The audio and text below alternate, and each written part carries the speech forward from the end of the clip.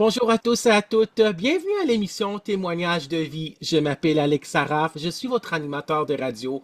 Je suis psychopédagogue de formation, conférencier et auteur du livre La psychologie pour apprécier l'humain. La vie est belle et simple. Ce sont les gens qui la rendent triste et compliquée, qui a été publié chez Béliveau Éditeur. À l'émission Témoignages de vie, j'ai le plaisir d'accueillir, de recevoir à cette émission de radio humaine, centrée sur l'être humain, des gens qui sont inspirants, rayonnants et résilients, qui ont leur histoire de vie à partager, qui vont nous la raconter. Et aujourd'hui, j'ai le plaisir et le grand honneur de recevoir à nouveau Luc Vigneault. Bonjour Luc Vigneault. Bonjour Alex. Comment ça va? Ah, ça va très bien, merci, vraiment. Parfait. Alors, merci infiniment encore d'avoir accepté de faire cette seconde entrevue à l'émission Témoignages de vie. J'avais plusieurs questions que je voulais te poser pendant la première entrevue, mais étant donné que le temps file, là, c'est comme on dit, ça passe bien en bonne compagnie. Et Oui, j'ai beaucoup aimé ton témoignage que tu as donné à la première entrevue à l'émission Témoignages de vie. J'espère que ça va rejoindre, que les gens vont se reconnaître, même par rapport à leur santé mentale ou par rapport à un proche qui vit un trouble de santé mentale, hein? Donc, donc aujourd'hui, je vais te poser d'autres questions. On va aborder d'autres aspects qu'on n'a pas eu le temps d'aborder pour la première entrevue. Donc, je vais te présenter à nouveau à nos auditeurs et à nos auditrices, ceux et celles qui écoutent cette émission de radio à témoignage de vie, ce qui sera diffusé à Radio Shalom, Radio Becfré, CJMD. Pour l'instant, il y a 3 stations de radio qui ont accepté de diffuser cette émission témoignage de vie. Et à ceux et celles qui vont écouter et qui vont regarder cet épisode de témoignage de vie sur YouTube, sur ma chaîne YouTube, Alex Saraf, auteur, animateur des radios, conférencier. Ça va être aussi sur les réseaux sociaux LinkedIn et Facebook. Et vous pouvez me rejoindre sur les réseaux sociaux, sur LinkedIn, Alex Saraf, sur Facebook, Alex Saraf, écrivain, et ma chaîne YouTube, comme je l'avais dit, Alex Saraf, auteur, animateur de radio, conférencier. Mon courriel, encore, pour me rejoindre, c'est Alex Saraf, Alexsarraf, comme c'est écrit ici sur YouTube, 341-341-gmail.com. Donc, et je vais te présenter à nouveau à nos auditeurs et à nos auditrices. Donc, Luc Vigneault. Parfait. Donc, je vais te présenter à nos auditeurs et à nos auditrices. Luc Vigneault, tu es auteur en fin de compte et en fin de compte, tu as dirigé le collectif de collaborateurs, auteurs et autrices de 3 livres. C'était ton idée originale, ton idée de départ, c'était ton idée d'écrire le livre en collaboration avec les autres auteurs, psychiatres et ainsi de suite. Je suis une personne, pas une maladie. La maladie mentale, espoir d'un mieux-être chez Performance Édition. C'est un best-seller. Édition revue augmentée. Ça, c'est la version que j'ai. De ce livre-là, c'est 2022, qui est quand même oui, récent. On voit ta photo là.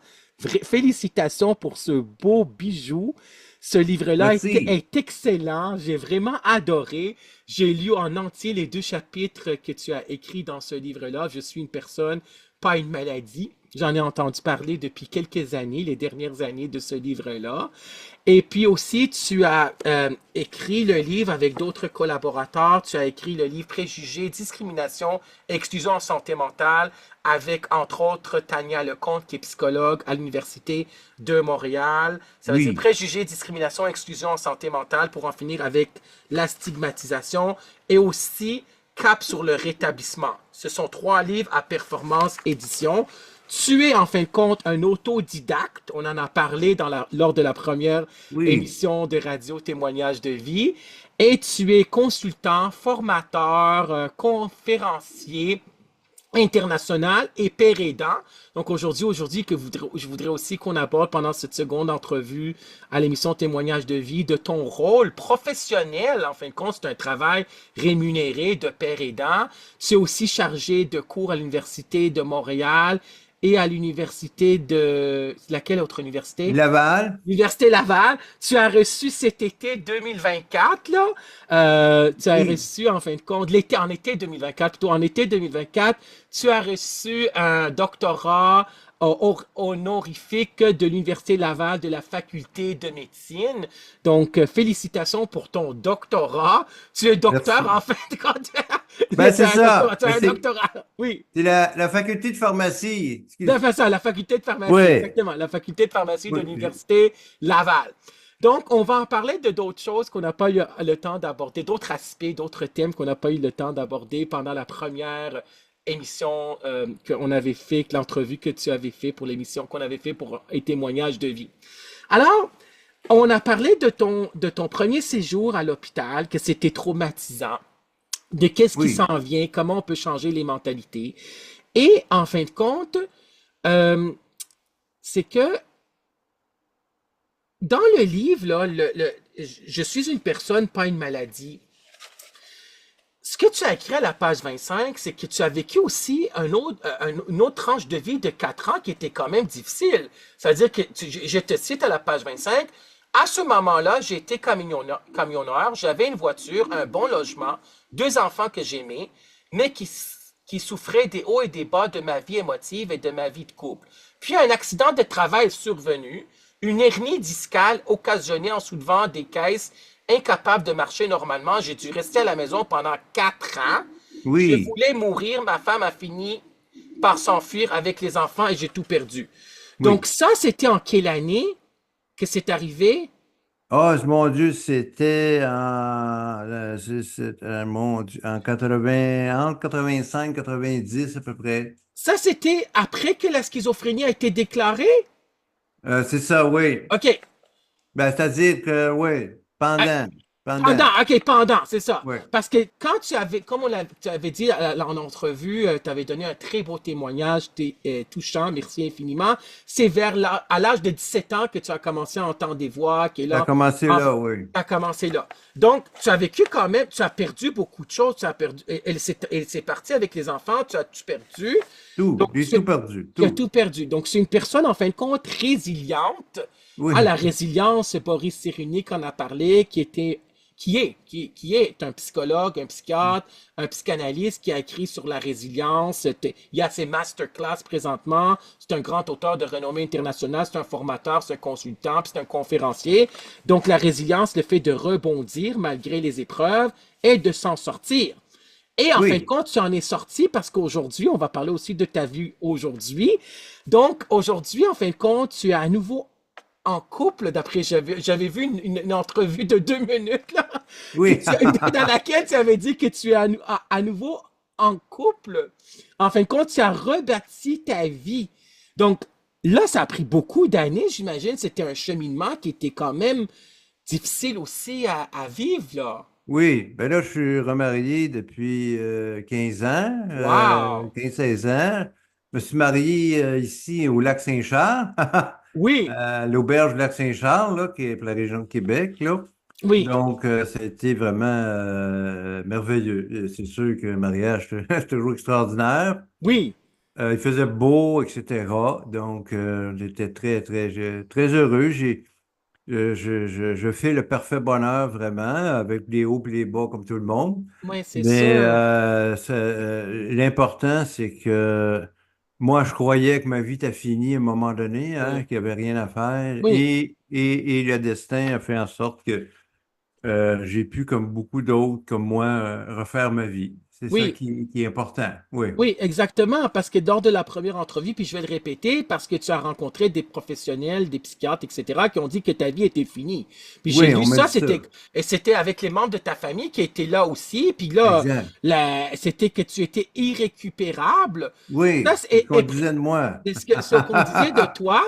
Et dans l'entrevue au Téléjournal de Québec, parce que tu habites à Québec, là, dans la ville de Québec, c'est que on parle maintenant de la seconde vague de soignants, de Oui, psychiatres, de spécialistes dans le domaine médical et paramédical, qui maintenant, eux autres, en fin de compte, le psychiatre dans cette seconde vague de traitement, en fin de compte, de rétablissement, c'est que ils sont le psychiatre et la personne qui a un trouble de santé mentale, comme un trouble de santé mentale grave, comme la schizophrénie, par exemple, ils se mettent au même niveau que le patient Et ça, là, en fin de compte, il y a une résistance par rapport à ça aussi, parce que il y a encore de nos jours des psychiatres qui écrivent qu'on a des limitations fonctionnelles permanentes, qu'on ne pourrait jamais travailler dans aucun milieu professionnel, puis qu'on a un mode de fonctionnement de 50% ou de 60% à vie, là, puis qu'on est invalide, là, à vie, là. Donc, c'est quand même,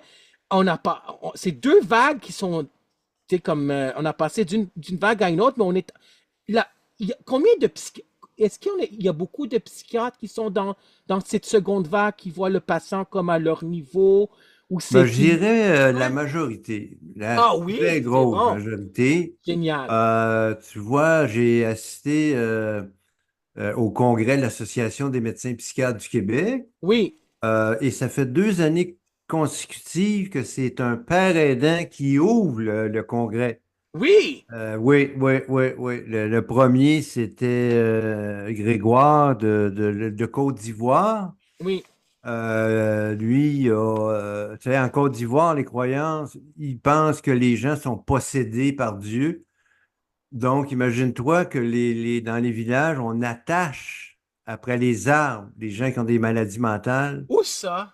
en Côte d'Ivoire. Oh my God, c'est Oui, en Côte affreux. d'Ivoire, je pourrais t'envoyer des liens là, Oui, pour. envoie-moi les liens, c'est important Ouais, pour... ouais. Puis Ouais, Grégoire, lui, ben, il a fondé une maison de rétablissement où il se promène de village en village, détacher les gens avec ouais, la permission du chef du village, bien sûr.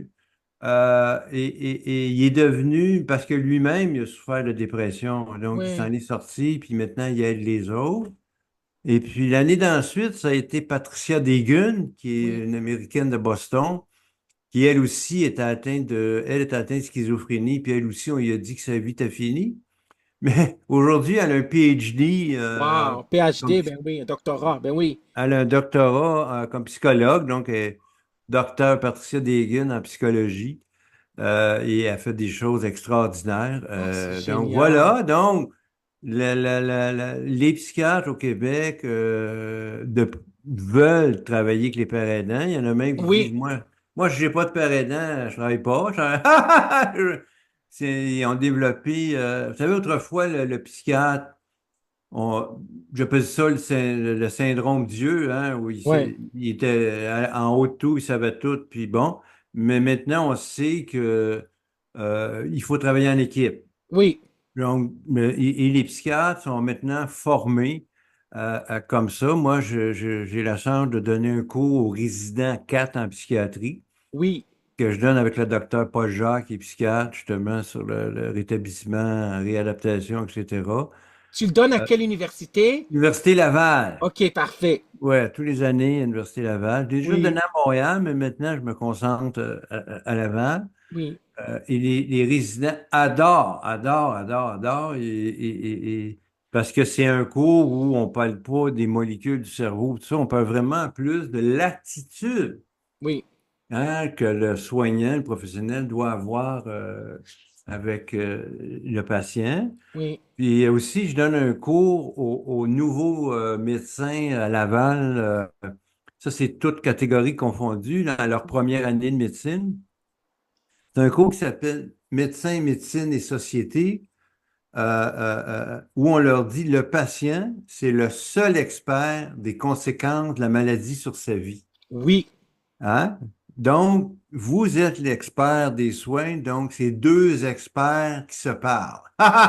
Oui, parce que c'est le patient qui connaît plus C'est sa ça. maladie par rapport à Voilà. ses symptômes et par Voilà. rapport à ses pré-symptômes et c'est mieux vaut guérir, mieux vaut prévenir que guérir. Comme toi, tu avais dit dans la première entrevue, tu as 5 étapes par rapport à comment tu sais Oui, comment, qu'est-ce qui va pas bien, dans quelle étape, et tu veux pas aller dans la cinquième étape où tu es dans un hôpital, là. c'est C'est ça, ça. exactement, Oui, exactement. Donc, ils apprennent maintenant à réfléchir à haute voix avec les oui, patients, à dialoguer. Puis aussi, ils reconnaissent que les médecins, ils savent pas tout, hein. non, c'est ça. D'abord, 50% des Nord-Américains ont des maladies chroniques, hein. Oui, Puis une maladie chronique, ça veut dire que c'est longtemps. C'est ouais, difficile à soigner. Donc, ils ont besoin du savoir expérientiel de la oui, personne. oui, Vous, dans votre quotidien, comment vous faites? pour Oui, vous adapter, pour passer au travers. Puis moi, avec mes connaissances, bon, on va trouver une solution ensemble. oui, Donc, on est là, on est rendu là. Il y a des bureaux de patients partenaires là, dans des universités. Donc, un patient partenaire, c'est que maintenant, tu sais, avant, on faisait des réunions cliniques avec les professionnels. oui. Maintenant, ben, on inclut le patient. Il fait partie de l'équipe de ses propres soins. Oui, puis c'est Euh, une équipe multidisciplinaire. ouais, Exactement. c'est ça, le patient, il est là, là. Oui. Avant, on parlait de lui quand il n'était pas là. Ou Maintenant, on parle, on parlait de lui quand il était là aussi. ouais, Ouais, maintenant, on c'est ça, parle de comme s'il lui. n'était pas là. Ouais. C'est ça. En psychiatrie, ça se faisait pas. Ah non? Inclure le patient, là, Ouais, c'est maintenant, ça. ça se fait. Oui, Donc, il y a toutes ces nouvelles approches-là. oui, Et aussi, euh, la santé mentale ou même la santé psychologique, c'est une science qui a moins de certitude que un cœur, le cœur qui fait un infarctus. Ben, je peux le montrer. Je peux prendre une photo du cœur avec la cicatrice pour dire, regardez, il y a eu une rupture hein, du muscle. oui, C'est ça un infarctus. oui, Mais la schizophrénie, la dépression, je peux rien j'ai rien à vous montrer. Donc, euh, quand on ne sait pas trop ça, ben, c'est difficile de trouver des solutions, hein. Donc, c'est pour ça que ça prend l'aide de tout le monde. oui, c'est sûr. Donc, c'est dans ce sens-là que les besoins des gens sont là. Puis aussi des nouvelles approches. Ce que je vous parle, là, il y a la décision partagée, là, c'est le médecin est expert, le patient est expert, puis ensemble, on va Oui, prendre une décision, on va faire la prescription ensemble. oui, Et puis, après ça, maintenant, ben, au Québec, les pharmaciens et pharmaciennes ont des pouvoirs accrus. Ils ont décloisonné les pouvoirs médicaux. Donc, le pharmacien peut en tout temps modifier la prescription. C'est extraordinaire, ça. Tu n'as plus besoin d'aller voir ton médecin. Quand tu commences une dépression, par exemple, oui, hein, on te donne un médicament, puis après, ben, ton pharmacien, ta pharmacienne de quartier peut modifier aux besoins la médication. C'est extraordinaire. ben oui, c'est sûr. C'est Fait sûr. que, parce que les antidépresseurs, par exemple, ou tout autre médicament, ils ont des effets secondaires Oui, les 6 premières semaines oui, qui sont plus difficiles, qui disparaissent. oui, Après ça, il y en a d'autres, moins. Parce que tu sais, des médicaments, pas d'effet secondaire, il n'y en a pas, là. oui, Mais tu sais, on parle juste de la bouche sèche, par exemple, qui est oui, le lot de beaucoup de gens, là. Donc voilà. Fait que maintenant, quand tu as un trouble mental, le fait que tu peux en parler en pharmacie, en clinique, et de plus en plus aussi des psychologues, des psychoéducateurs, que ce soit en privé ou dans le public, prennent des gens avec des troubles graves, ce qui se faisait pas avant. oui, Maintenant, ils le font. Alors, euh, parce que ça marche, oui, je parce que ça comprends. fonctionne. Ben C'est oui, ça. Les données probantes disent, ben ça, cette approche-là fonctionne très bien. oui. Voilà. Exactement. Donc là, c'est ça, c'est ce qu'il faut faire de la démystification puis de la Oui. sensibilisation parce que la folie, ça n'existe pas en psychologie ou en psychiatrie, comme je l'avais dit là. C'est sûr qu'il y a des gens qui ont le mode de fonctionnement, le dysfonctionnement fonctionnel, Oui. un mode de fonctionnement social, professionnel, etc., qui peut être plus difficile à vivre. Il y a de la détresse psychologique, il y a de la souffrance cliniquement significative, le mode de relation, de fonctionnement social, professionnel, ainsi de suite, peut être altéré en fin de compte à un degré, à plusieurs degrés. Ça va de soi, mais la psychologie n'existe, la folie n'existe pas. Ça n'existe Hmm. pas, ça c'est important de faire de la démystification, parce qu'avant, c'est vrai, on pensait que la personne était possédée par le démon. C'est Tu sais? ça. Non, c'est pas ça. C'est pas ça du tout. Et euh, on va parler de proches aidants avec le savoir expérientiel. On s'en vient dans ça, mais c'est que je me rappelle dans ton livre, parce que j'ai lu vraiment dans le livre que tu as en fin de compte, tu as écrit 2 chapitres dans ce livre-là, Je suis une personne, pas une maladie. Puis j'ai lu les 2 chapitres au complet, c'était génial de lire ça. Et aussi, à la page 30, tu parles des privilèges. Que Hmm. là, quand on est à l'hôpital, ça aussi, c'est difficile à changer aussi, mais c'est encore là, que là, tu as des privilèges si tu veux avoir un crayon. Oui, Mais c'est ça. Donc, par exemple, là, donc là, c'est quand même, est-ce que, d'une certaine façon, est-ce que c'est comme de l'infantilisation qu'on traite les absolument, malades, on traite les malades comme des enfants, là, absolument. l'infantilisation, là. Je veux dire, si tu es gentil, ben, tu vas avoir un privilège, tu vas avoir un crayon C'est pour écrire ça. avec le crayon. Donc, Donc, ça aussi, c'est à abolir, là. ouais. On n'est pas dans une cour d'école, là, Ben oui. oui, puis c'est pareil Ou pour une le sortie de linge. bingo, une sortie de bingo. Tu veux une Ah, c'est sortie de ça. bingo, il faut falloir que tu sois fin, que tu sois Faut que tu sois fin, tranquille. tu Ben sois oui, gentil. ben oui, Pour pouvoir t'habiller sur le département aussi, que tu sois gentil. Alors, tout ça, faut. Moi, j'appelle ça l'héritage asilaire, hein. oui, À l'époque asilaire, comme tu l'as mentionné, la folie, c'était la volonté de Dieu, hein. ouais, Je ne sais pas ce que tu avais fait, mais ouais, et maintenant, ben non, c'est pas une volonté de Dieu, une maladie comme les autres. oui, Mais à l'époque, asilaire, il n'y avait pas de soins. ben Il oui, faisait du comportemental, oui, hein. Du comportemental, ben c'est ça. Si t'es gentil, tu vas voir ci. Si t'es gentil, tu vas voir ça. oui, Et ça, bon, maintenant, on a des soins, puis on est capable de traiter les gens différemment. Puis aussi, les gens en psychiatrie ont des droits, hein. On est dans une société de droit. Donc, d'empêcher quelqu'un de lire ou d'écrire, c'est illégal au Canada, là. ouais, c'est sûr, Donc, c'est c'est tout sûr. ça qu'il faut regarder, puis pas parce que tu as un trouble mental que tu n'as plus de droit. Non, non. Moi, je comprends. Voilà, c'est ça. Exactement. Et en parlant de père aidant, l'expérience de Oui, père aidant, à la page 132 dans le livre, le best-seller Je suis une personne, pas une maladie. Pourquoi un père aidant? Mais d'abord, pourquoi un père aidant? Donc, c'est le savoir expérientiel, experiencing. Expérientiel, ça veut dire faire c'est- l'expérience de. c'est- C'est ton vécu à toi en tant que patient oui, du père aidant avec le savoir professionnel des intervenants et des gestionnaires en voilà. santé mentale. Mais c'est sûr que le père aidant, c'est un professionnel. Et là, tu parles, en fin de compte, comment tu es devenu père aidant. Donc là, Oui.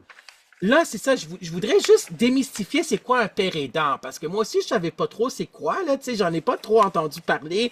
Ben, j'ai entendu un peu parler de... Est-ce que père aidant puis proche aidant, c'est pareil, ou proche aidant, c'est plus avec la famille, tandis que père aidant, c'est avec les professionnels? Ben, c'est-à-dire que père aidant, PAIR, là. Ouais, ouais, ouais.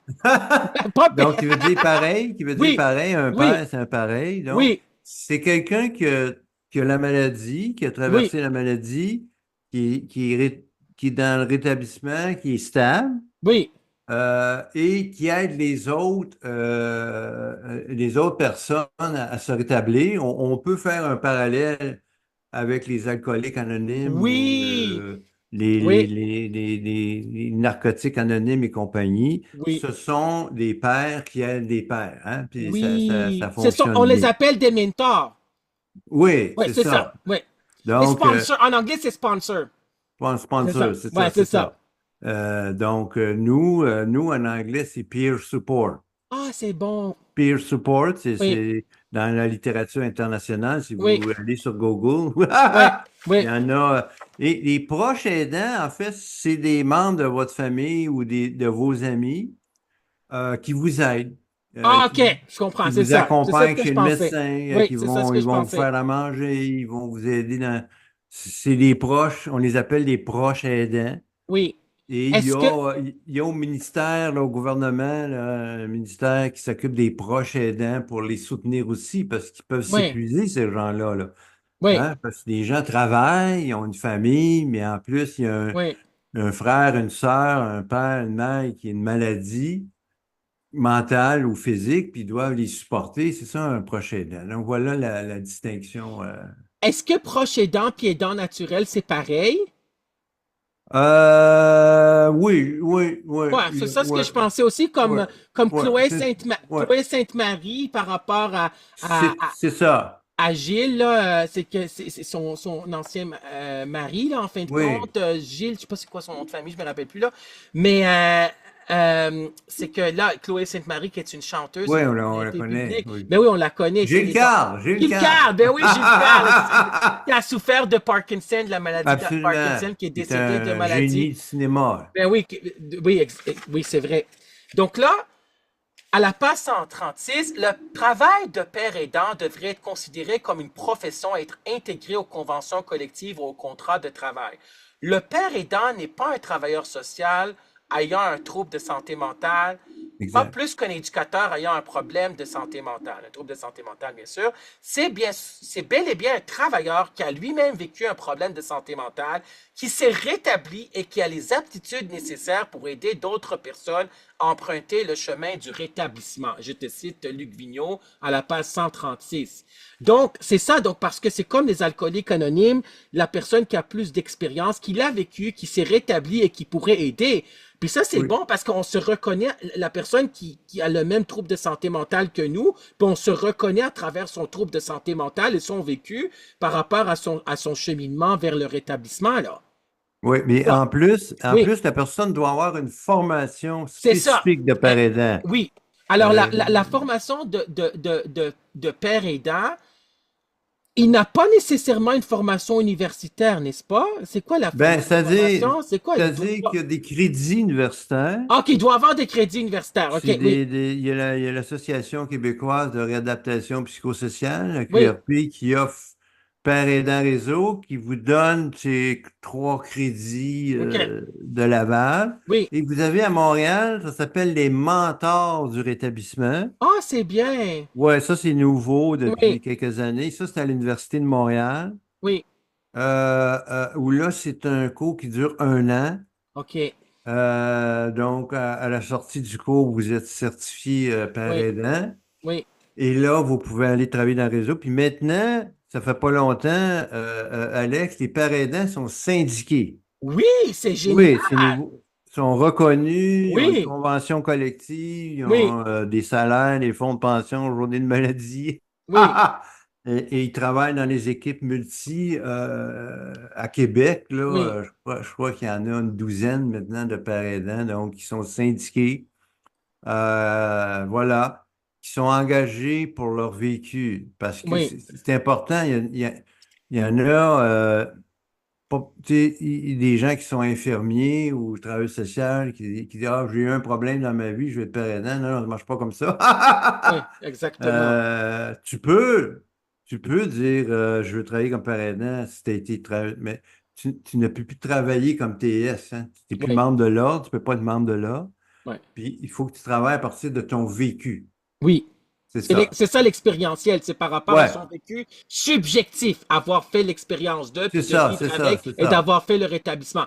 Et dans ton livre, dans le livre que tu as écrit, coécrit avec les autres collaborateurs, c'est un collectif d'auteurs, il faut le préciser, c'est que dans ce livre-là, par rapport aux deux chapitres, dans le second chapitre, en fin de compte, où tu parles du rôle de père aidant, c'est que tu as écrit que tu avais eu de la résistance de la part des deux côtés. Ça veut dire Énorme. ceux qui ont dit, ben, il n'est plus comme nous, comme un patient comme nous, puis par rapport au milieu professionnel. Donc, c'était un cheminement qui était difficile de reconnaître, en fin de compte, ton identité, en fin de compte, professionnelle de père aidant. C'était un cheminement qui était difficile à vivre, j'imagine, parce que des deux côtés, tu as vécu la résistance. Oui, mais moi, j'ai été le premier père aidant Au Canada, au c'est Canada. ça, je l'ai lu, Que oui. j'avais pas de référence. Puis c'est sûr, comme tu l'as mentionné, pour les patients, je n'étais plus un des leurs. Ouais, c'est ça. J'étais devenu un intervenant, mais pour les intervenants, je n'étais pas un des leurs, j'étais un patient. Ouais, c'est ça, J'étais assis entre exactement. deux chaises. Oui, oui. Puis on faisait des blagues parce à l'époque, au rez-de-chaussée des hôpitaux psychiatriques, il y avait les toilettes pour les intervenants, puis les toilettes pour les patients. Ah oui. Oui, oui, oui, oui, oui. Aujourd'hui, ils ont aboli ça, là, Ouais, c'est mais ça, je donc, comprends. quand j'ai commencé, là, on disait le père aidant, il va aller aux toilettes où? Ah! C'est vrai. Eh ouais, il faisait des blagues avec ça, Ben oui, mais je comprends. donc voilà. Puis donc au début, donc on a clarifié. Nous, en fait, l'exemple, quand quelqu'un est hospitalisé pour la première fois, ben moi, je vais aller voir, puis tu sais, je lui dis, moi, ben j'ai déjà été à ta place. J'ai Oui. connu ça, Mhm. j'ai un diagnostic de schizophrénie, etc. Donc, les gens se sentent apaisés, se sentent compris. Oui. Et puis, moi, je les accompagne vers le rétablissement. Je les mets en lien avec les professionnels. Oui. Parce que des fois, moi, comme je dis souvent, j'ouvre le cœur. Ça permet de donner confiance. Parce que des fois, les gens sont méfiants envers les professionnels pour toutes sortes de raisons. Puis là, je les aide à avoir confiance, puis à ce qu'ils puissent se rétablir. Parce que moi, je fais pas de thérapie, je fais pas de soins. Oui. C'est vraiment de l'accompagnement. Oui. De Euh, l'accompagnement et de la consultation. Ben oui. ouais. Un Oui. peu, pas des coachs, mais on n'est pas Ouais. des coachs, Bon, on n'est pas. mais juste que les gens comprennent, Oui, je comprends. juste qu'on comprenne. Mais on n'est pas des coachs, mais Oui. juste que les gens comprennent. Oui. Pas des thérapeutes, là. Oui, je comprends. Mais on n'est pas des thérapeutes. Puis après ça, dans la communauté, c'est pareil.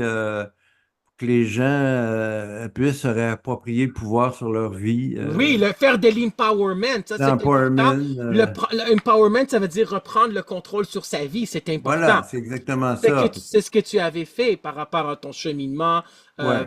personnel, là, par rapport à la schizophrénie. Et moi, je me rappelle, comme je l'avais dit à la première entrevue qu'on avait fait Mm. ensemble, Luc Vigneault, étant donné que tu t'es déjà invité à l'émission Témoignage de vie, ça me fait plaisir de te recevoir pour une seconde fois à l'émission Témoignage de vie, parce que, comme j'avais dit dans la première entrevue, quand tu étais un invité, c'est que j'avais pris en octobre 2013, ça fait plus que 10 ans, la formation d'une demi-journée à l'Institut universitaire en santé mentale de Montréal, qui était enfin, avant, c'était l'hôpital psychiatrique Louis H. Lafontaine. Oui, exact. C'est ça, qui en fin de compte, c'était avec Madame Jocelyne Cournoyer, Mm. psychiatre, médecin psychiatre. Donc, elle parlait aussi des médicaments, de la schizophrénie, de la prévalence et l'étymologie. Là, on ne va pas rentrer dans les détails pour nos auditeurs et nos Non, auditrices, là, non. pour expliquer tout ça. Là. Mais ce qu'elle avait dit, étant donné que l'Institut universitaire en santé mentale de Montréal, c'est proche de la place Versailles. Absolument. C'est ça, c'est proche de la place Versailles.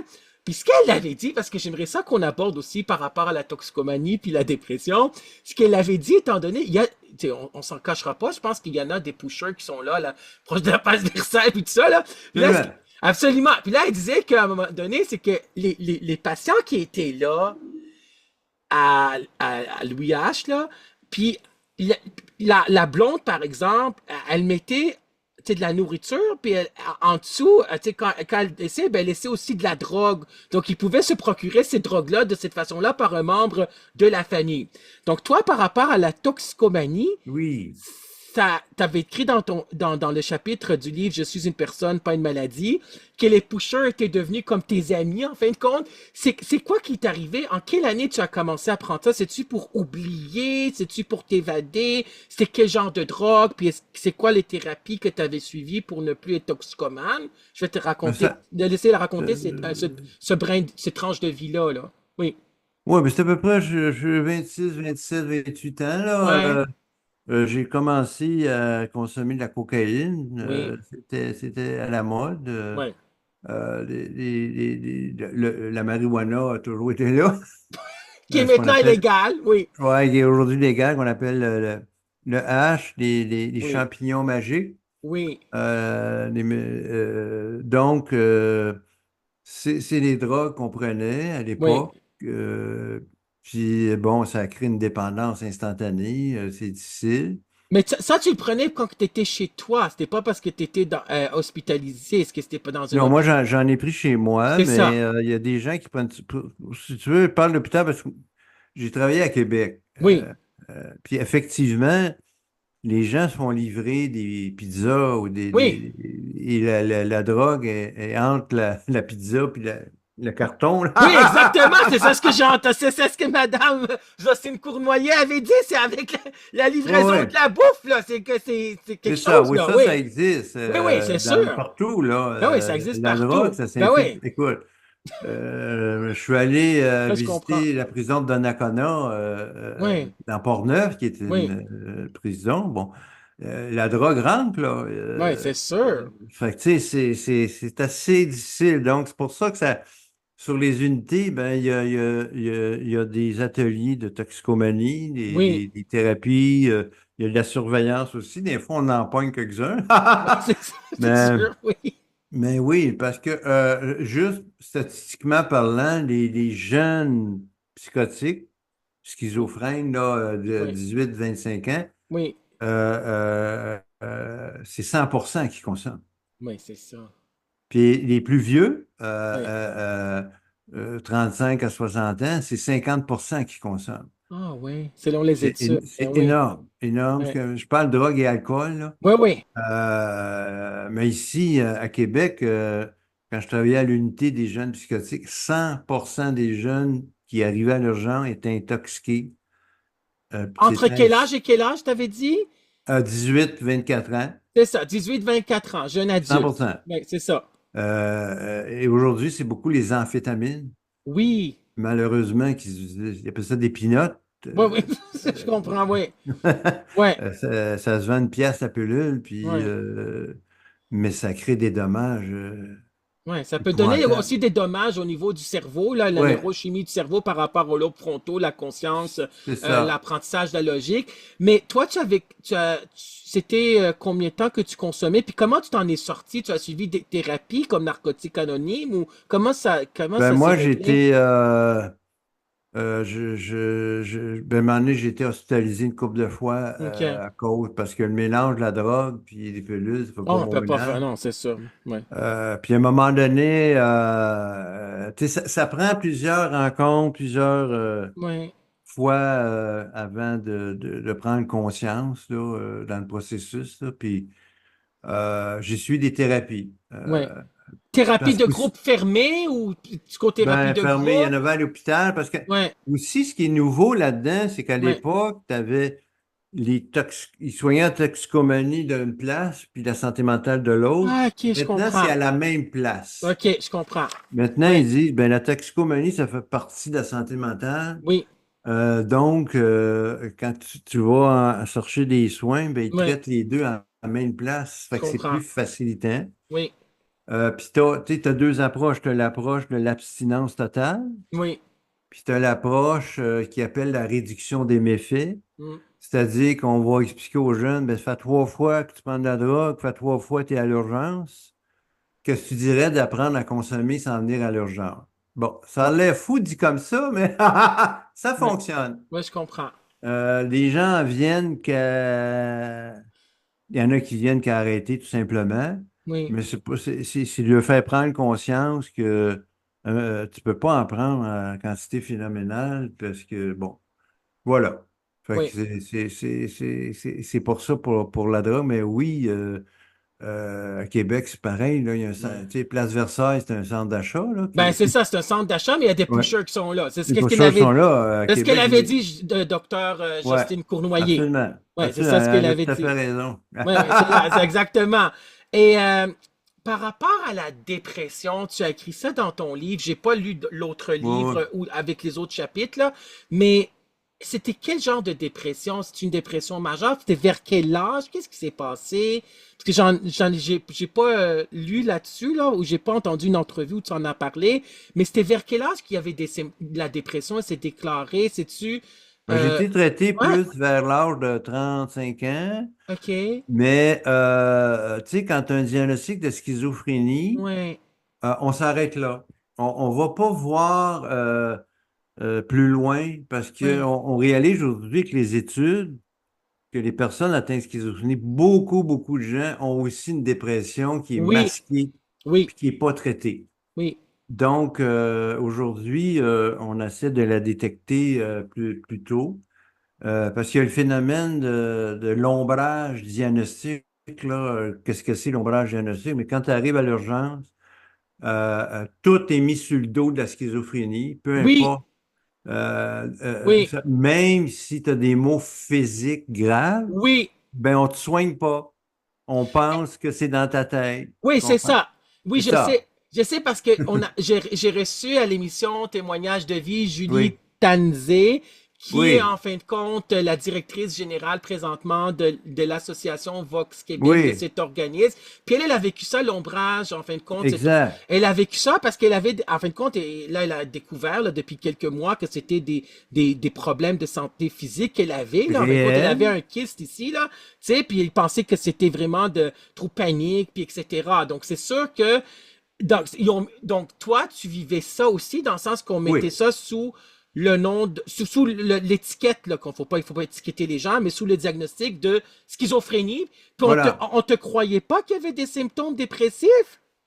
Exact, OK. exact. On ne croyait pas, mais on dit dans le milieu, à la blague, qu'un schizophrène ne peut pas avoir la grippe. Ah ouais, OK, je Ben, comprends. comme s'il était immunisé contre toute autre maladie Ouais, mentale, mais une personne atteinte de schizophrénie peut aussi avoir un trouble obsessionnel compulsif, là, un oui. TOC, il peut Ah, avoir un ben trouble oui. d'anxiété généralisée Oui, aussi. c'est vrai, c'est vrai. Donc, maintenant, on cherche, et aussi maintenant, quand on parle du trouble du spectre de l'autisme, Oui, beaucoup de gens qui se sont ramassés en psychiatrie, on n'a pas investigué le spectre de l'autisme, alors que dans les oui, faits, ils sont le syndrome d'Asperger, oui, je ne vais pas le nommer, là, oui, mais maintenant, on se rend compte que c'est plus courant, puis on investigue.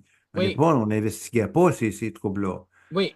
Euh, voilà. Je sais pas C'est vrai parce si- que je te laisser raconter par rapport à la dépression, comment ça s'est réglé, tout ça, mais je veux juste dire aux auditeurs, Oui, aux auditrices qu'avec le nouveau manuel diagnostic et statistique des troubles mentaux, le DSM-5, là, manuel oui, diagnostic et troubles mentaux de American Psychiatric Association, le DSM-5, la version 5 est apparue, version anglaise en 2013, puis version anglaise en 2013, puis version française en 2015.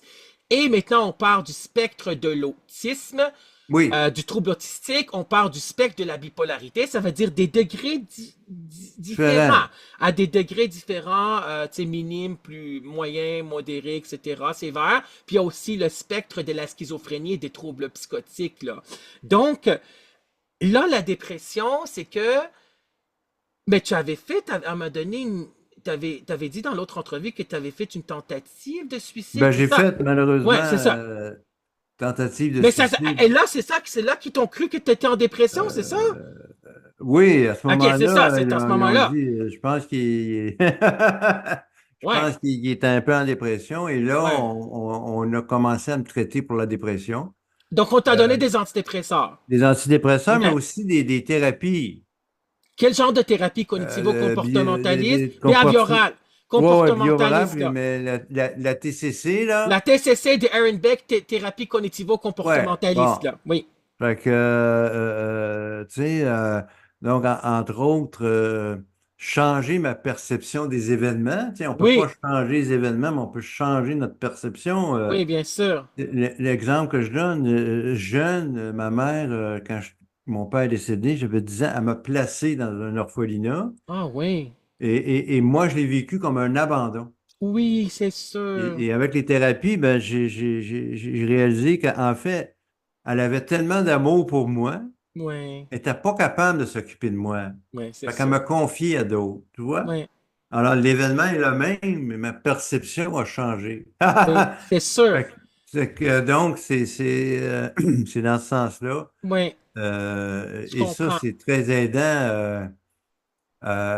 Donc, puis même les thérapies ont le même taux de succès que les médicaments, hein, Oui. chez la dépression. Donc, on encourage les gens. Quand tu prends les deux, c'est Oui, encore mieux. Hein? il faut prendre les deux. C'est Mais, biopsychosocial et troubles de santé ouais, mentale. absolument. Dans mon livre, La psychologie pour apprécier l'humain, la vie est belle et Oui, simple, ce sont les gens que la rentrée c'était compliqué, qui a été publié chez Bailey Voidstar, c'est écrit Alex Saraf, psychopédagogue.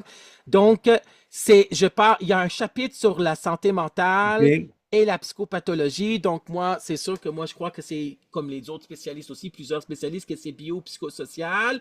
Les troubles de santé mentale, même le trouble de santé mentale grave, je me rappelle, elle avait dit que c'est polygénique par rapport à la schizophrénie, Madame Absolument. Jocelyne Cournoyer. Moi, j'ai appris ça quand j'avais 17 ans, quand j'avais pris le cours, je vais la nommer, France Rainville au Cégep de Saint-Laurent. J'avais 17 ans, j'avais Wow. pris le cours Initiation à la psychologie, qui s'appelait dans le temps Introduction à la psychologie. Puis elle avait parlé de la schizophrénie, des troubles de santé mentale graves. Puis moi, j'avais fait, en fin de compte, une recherche à l'âge de 17 ans sur la schizophrénie. C'était un intérêt pour moi. Puis je me rappelle que j'avais trouvé des articles scientifiques qui parlaient de l'allèle 21, que la Hmm. personne qui est schizophrène naît avec l'allèle 21 qui marche pas trop, là. Puis c'est dans le bagage, le code génétique. Puis elle avait dit, c'est un des facteurs, Madame Jocelyne Cournoyer. Donc c'est biopsychosocial. La TCC, la thérapie comportementaliste, là, cognitivo-comportementaliste, cognitive, ça veut dire intellectuel, changer la perception, les façons de voir les choses, le raisonnement, la logique, parce que c'est sûr que probablement tu t'es senti, tu avais la peur étant donné que tu t'es senti comme abandonné quand tu étais Oui, la sienne en orphelinat à l'âge de 10 ans, donc l'angoisse de séparation, puis la peur de l'abandon surtout, oui, voilà. C'était très revenir, présent. ben, c'était très présent. Donc, il faut changer cette perception-là, cette façon de voir les choses, etc. Et aussi le comportement, le fait de ne pas s'isoler, hein, parce que le comportement, c'est le geste que l'on voit, action, réaction observable et mesurable d'un organisme en relation avec son environnement. Psychologie en direct, deuxième édition.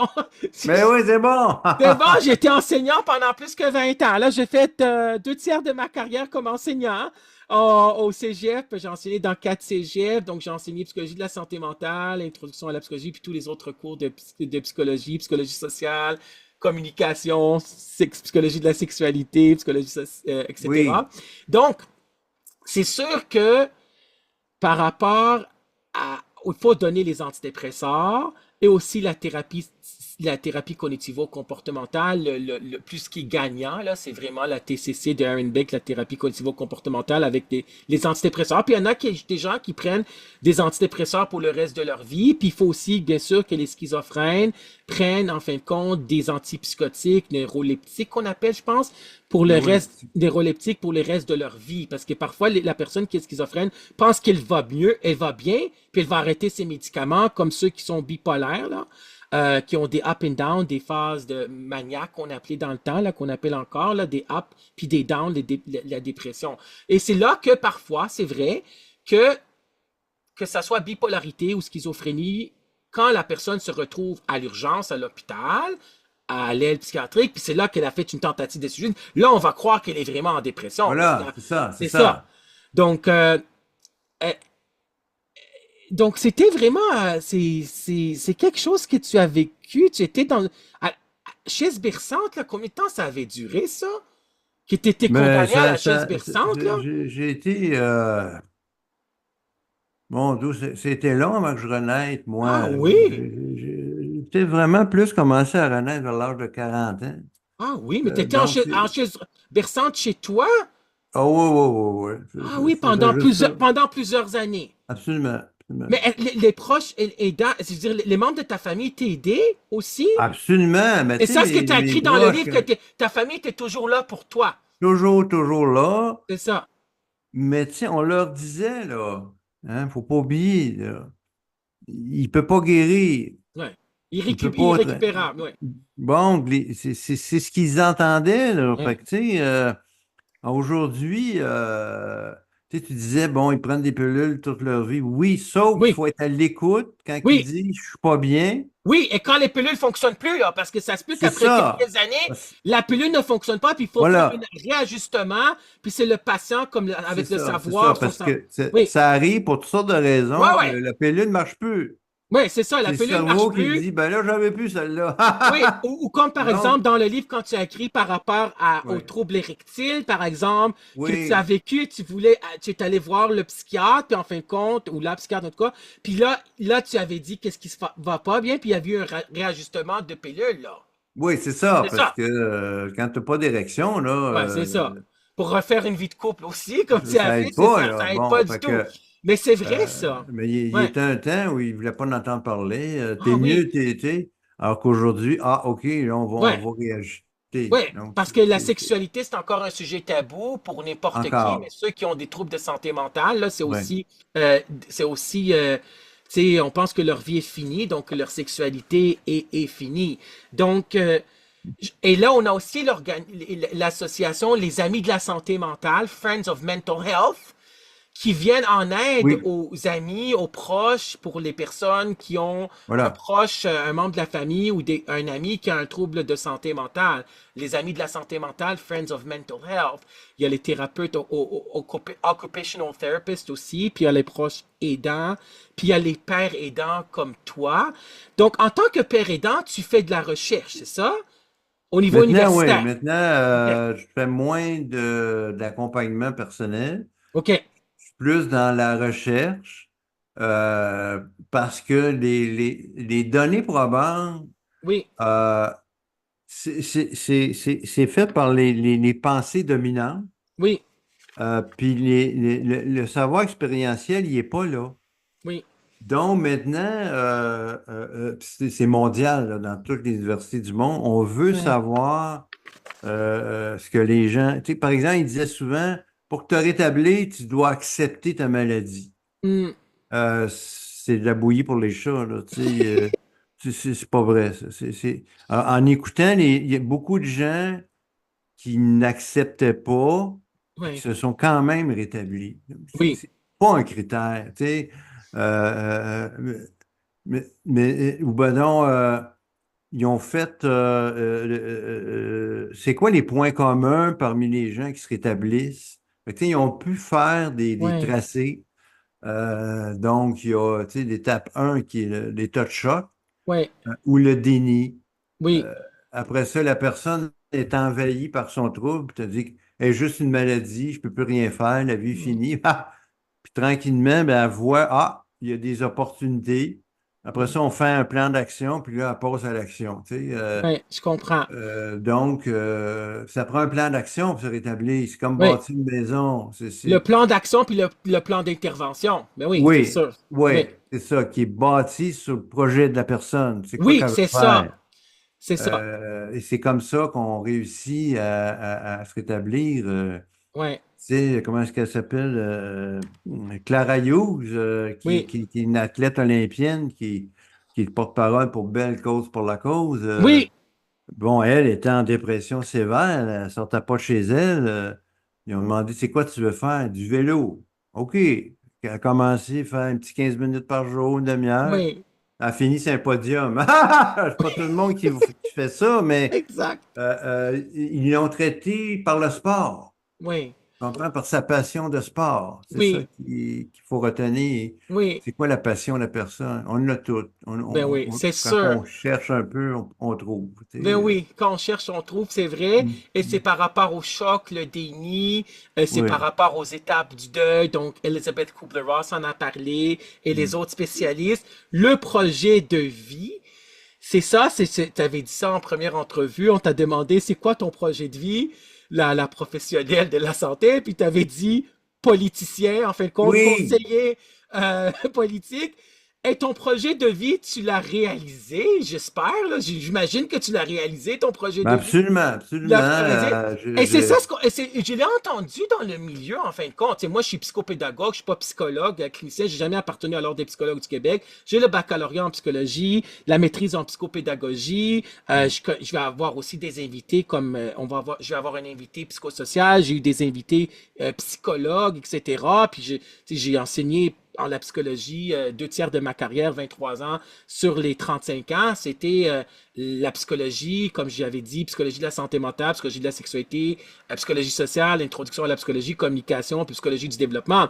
Donc, le projet de vie, j'en ai entendu parler. Absolument. Des gens qui m'en ont témoigné. Moi, je suis une personne aussi qui est réceptif, empathique, réceptif et empathique, comme psychopédagogue, même comme enseignant, je l'ai été. Et le projet de vie, c'est que la personne va trouver qu'est-ce qu'elle voudrait faire. Mais ce projet de vie-là, il faut poser la question, c'est quoi ton projet de vie aux gens qui ont des troubles de santé mentale? C'est normal, il faut le savoir. Oui, Chaque personne doit avoir une mission de vie puis un projet de vie. C'est important.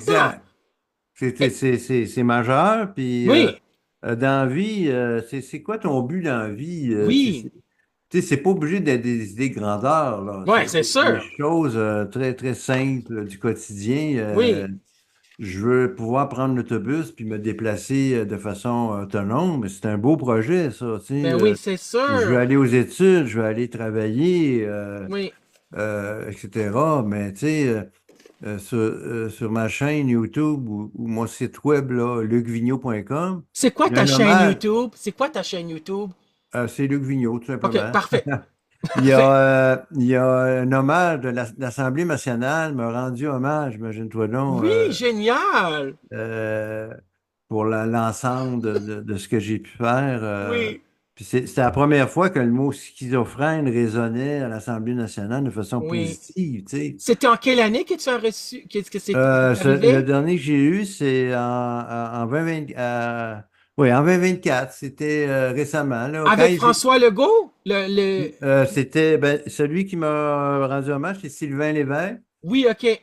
qui est le deuxième vice-président de l'Assemblée nationale et député de Génial. Chauveau. Ben oui, Donc, il y a un ami aussi, il faut le dire, parce que oui, j'ai travaillé avec Sylvain lors de sa campagne électorale. Tu sais, je voulais oui, vivre ça, je voulais m'intéresser parce que la politique, c'est un moyen aussi pour faire changer les soins santé mentale. Tu sais, il y a oui, plusieurs façons, la politique, c'en est une. oui, Donc, voilà, tu sais, oui, bien faut sûr. aller au bout de nos ambitions, puis de nos rêves, puis Oui, c'est ça, vrai. c'est important. Oui, puis aujourd'hui, en fin de compte, il reste quelques minutes là pour la Mhm. seconde entrevue avec toi, Luc Vigneault. C'est un message d'espoir que tu donnes lors de Oui, cette entrevue-là, puis lors des autres entrevues que tu as données dans plusieurs médias et dans les collectifs de livres aussi. Je suis une personne, pas une maladie, puis les deux autres livres oui. aussi. Cap sur le Donc, rétablissement, oui, puis puis préjugés, discrimination, ouais, exclusion en santé santé mentale. mentale. Donc, c'est un message d'espoir que tu donnes. C'est quoi les messages, les conseils? Qu'est-ce que tu aimerais dire? Un ou deux messages que tu aimerais dire à nos auditeurs, à nos auditrices qui vont écouter cette émission de radio témoignage de vie, ceux qui vont voir la vidéo, celles qui vont voir la vidéo sur YouTube. Mais d'abord, la maladie mentale, les troubles mentaux, ce n'est pas une fatalité. Oui, Ça se soigne, ça se traite, puis on peut se rétablir très bien avec l'aide de nos proches, notre famille. Il faut pas oui, hésiter à inclure la famille quand on va en thérapie ou quand on va consulter, parce que la famille a aussi des clés, hein. Ils ont la clé de bien des mots qu'on a. oui, Donc, et faites-vous accompagner quand vous allez à l'urgence. Suzanne Lamar, qui est psychiatre, elle, qui m'a appris ça, elle aussi, elle écrit des bouquins, là. N'allez pas seul à l'urgence. oui, Faites-vous accompagner parce que les recherches démontrent que nos plus grands stigmatiseurs, c'est nos soignants, hein. oui, C'est c'est plate à vrai. dire Oui, oui, à cause de tout ce qu'ils apprennent. Fait que n'allez pas là seul, oui, ça va vous aider. Ça va, donc voilà, ce n'est pas une fatalité. oui. Faites-vous accompagner, je pense que avec un plan.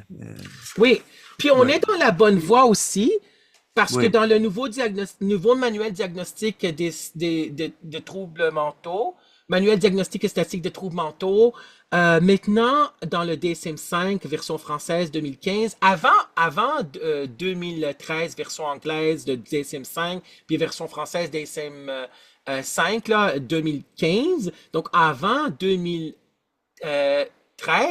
dans le DSM, on mettait les plusieurs types de schizophrénie. Schizophrénie paranoïde, oui, schizophrénie de type désorganisé. Puis aujourd'hui, les psychiatres, ils vont, par exemple, les psychiatres comme cliniciens, ils vont mettre schizophrénie avec ou sans catatonie. Donc, c'est ça. catatonie, c'est la personne qui ne bouge pas, en fin Un de peu compte, plus. une immobilité, en fin de compte, psychomotrice. Hein. La motricité, c'est les mouvements. Donc, schizophrénie avec ou sans catatonie, c'est quand même bon parce qu'avant schizophrénie paranoïde, tu avais tout de suite le diagnostic, la personne avait tout de suite paranoïde. Puis Oui, les gens oui, parlent oui. toujours de la paranoïa, la santé mentale qui fait peur, en fin de compte, qui ne devrait pas faire peur. Il Mhm. faut absolument faire de la sensibilisation puis de la démystification. Tu es un conférencier international. C'est bon que tu, consultant, formateur, c'est bien que tu enseignes aussi aux étudiants à l'université pour Oui, et que ça fait moins, il faut que ça se fasse moins peur parce que la santé mentale, les troubles de santé mentale font peur, mais ça devrait pas faire peur, les maladies mentales. non. Ça va de soi. C'est comme des autres maladies d'origine organique, là, je veux dire, c'est comme les autres maladies physiques, là. Tandis que les gens qui entendent troubles de santé mentale, puis il faut toujours voir la personne avant de voir le trouble de Exactement. santé Oui. mentale. Et c'est ça ce qui est écrit à l'endos aussi de la page couverture. Oui. Je suis une personne, pas une maladie. La maladie mentale, l'espoir d'un mieux-être, hein, l'espoir. C'est un best-seller. C'est un livre Oui. que je recommande fortement. J'en ai entendu Merci. parler pendant quelques années et quand j'ai eu en fin de compte l'éditrice qui m'a suggéré ton nom Luc Vigneault par hasard à ce livre-là, puis elle a écrit donc là elle dit je suis une personne pas une maladie, le titre du livre, elle m'a écrit ça sur par courriel. Je dis oh mon Dieu c'est lui c'est lui je connais ce Oui. livre-là. Donc et c'est en fin de compte et c'est écrit à l'endos de la page couverture pour ceux qui crient haut et fort je suis une personne pas une maladie, c'est un cri de cœur. Absolument, c'est un Et il cri du faut, cœur. et c'est un cri du cœur, puis c'est touchant d'entendre ça, c'est un cri du cœur de savoir qu'on est une personne, on n'est pas juste une maladie. Voilà. Alors, on va devoir se laisser là-dessus parce que cette seconde entrevue a Mon quand Dieu, même, ça va vite, ça hein? va vite, elle a quand même duré 60 minutes environ. L'autre a duré 55 minutes. On aurait pu, ça passe tellement en bonne compagnie avec toi, Luc Vigneault, on aurait pu parler encore des heures et Merci. des Ben heures. oui. C'était un grand privilège, puis un grand honneur, vraiment un grand bonheur de te recevoir à l'émission comme invité à Témoignage de vie. Merci infiniment d'avoir accepté d'être un invité à l'émission Témoignage de vie. Puis merci infiniment, Merci. bravo, félicitations. Le projet de vie, ta mission, en fin de compte, Oui. que tu t'es trouvé. Puis c'est vraiment, il faut avoir une personne comme toi, comme père, qui est père aidant, en fin de compte, qui est un chercheur, qui est une personne qui s'est rétablie, qui est en rétablissement, en fin de compte, de la schizophrénie et qui peut, en fin de compte, donner ce message d'espoir-là. Les gens vont se reconnaître, avoir de l'empathie envers quelqu'un. On développe le plus d'empathie, comme j'avais dit, envers quelqu'un qui a un trouble de santé mentale quand on entend son témoignage. Je voulais absolument t'avoir comme invité à l'émission Témoignage de vie. Tu étais parmi les personnalités publiques, les top 10, si j'ose dire, là, que Ben, je mon Dieu, voulais merci infiniment. je voulais avoir vraiment. C'est sûr qu'il y en a eu aussi des personnes très connues aussi, que Patrice Cocro. Je vais recevoir cette semaine Jasmin Roy aussi sur Zoom. Oui. Donc, c'est vraiment des gens qui, parce qu'on peut pas changer le monde, on peut changer une personne à la fois. Hein. Jasmin Et Roy qui a voilà. vécu de l'intimidation, il a aussi souffert de troubles anxieux, de troubles dépressifs, qui a vécu de l'intimidation parce qu'il est homosexuel, puis c'était à l'école secondaire, puis de sa fondation Jasmin Roy. On peut pas changer. Et puis Patrice Cocro, c'était par rapport il s'est guéri à gauche déployée, il n'y a plus d'anxiété depuis 15 ans, mais il a souffert de troubles anxieux. On peut pas changer le monde, on peut changer une personne à la fois si on peut les changer ou changer les mentalités, c'est très dur aussi. Les Hmm. préjugés, les stéréotypes, malheureusement, ça va toujours rester, hein, stéréotype, c'est mettre tout le monde dans le même bateau, c'est l'aspect cognitif, intellectuel. Préjugés, c'est par rapport aux affectifs. Là, habituellement, les préjugés sont négatifs, mais on peut avoir des préjugés aussi positifs. Puis ce qui amène la Exact. discrimination, ça veut dire traiter la personne de façon différente. Puis ça, j'aimerais ça terminer là-dessus. Oui. Que oui, on peut vivre de la discrimination dans notre milieu de travail ou dans notre ancien milieu de travail auprès même dans le grand public, qu'on te traite de façon différente, qu'on te croit pas, qu'en fin de compte, on minimise ta crédibilité puis tes compétences parce qu'on a appris ou qu'on sait que la personne a un trouble de santé mentale comme la schizophrénie ou comme l'anxiété. Les gens veulent pas trop révéler ça dans leur milieu professionnel. Ils font très attention. Parfois, ils ont besoin de le révéler si jamais il y a une expertise psychiatrique indépendante que l'employeur veut avoir, qu'est-ce qui ne va pas bien. Puis ça peut jouer aussi contre lui. Donc, contre cette personne-là. Donc, il y a encore beaucoup de chemin à faire. Mais on est dans la bonne voie. J'espère de tout cœur que nos auditeurs et nos auditrices ont aimé cette seconde entrevue et que ça va, en fin de Je le compte, souhaite aussi. qu'on peut changer les mentalités, qu'on pourrait donner un message d'espoir. Alors, merci encore, Luc Vignon. On va devoir se laisser là-dessus. Ben oui. C'était un privilège. On va te souhaiter, je veux te souhaiter de poursuivre cette mission, ce projet de vie. Merci d'être vraiment là comme en fin de compte, père aidant avec ton savoir expérientiel, comme chercheur, comme enseignant. Ça nous prend du monde comme toi. Alors, tout le Ben, monde, et je oui, te retourne le compliment aussi. Merci de faire ces émissions-là. C'est tellement oui, important pour les gens de ben, leur donner espoir parce que la vie vaut la peine d'être vécue. oui, c'est important. On va se laisser sur cette belle note. La vie vaut la peine d'être vécue. Il faut toujours s'en souvenir. Bien dans sa tête, bien dans sa peau. Un des slogans alors des psychologues. Chaque personne a son histoire. C'est un des slogans alors des psychologues. Merci d'avoir partagé ton histoire à Merci, l'émission Alain. Témoignage de vie. Au revoir tout le monde. Au Portez-vous revoir. bien. Bye.